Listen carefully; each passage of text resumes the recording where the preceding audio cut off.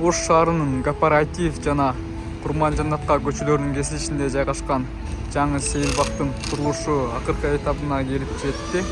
Эске салсак, Мэр Жеңишбек Токторбаевдин демилгеси менен тоскоолдук жараткан курулуштар салынып, каналдын бурук аймагы бошотулган. Учурда атайын жаштар үчүн жайкы сахна орнотулуп жатат жана эс алуучулар үчүн атайын отуруштар жана беседкалар коюлууда. Андан сырткары сейил бактын жашылдандыруу жана жарыктандыруу иштери жүрүп жатат.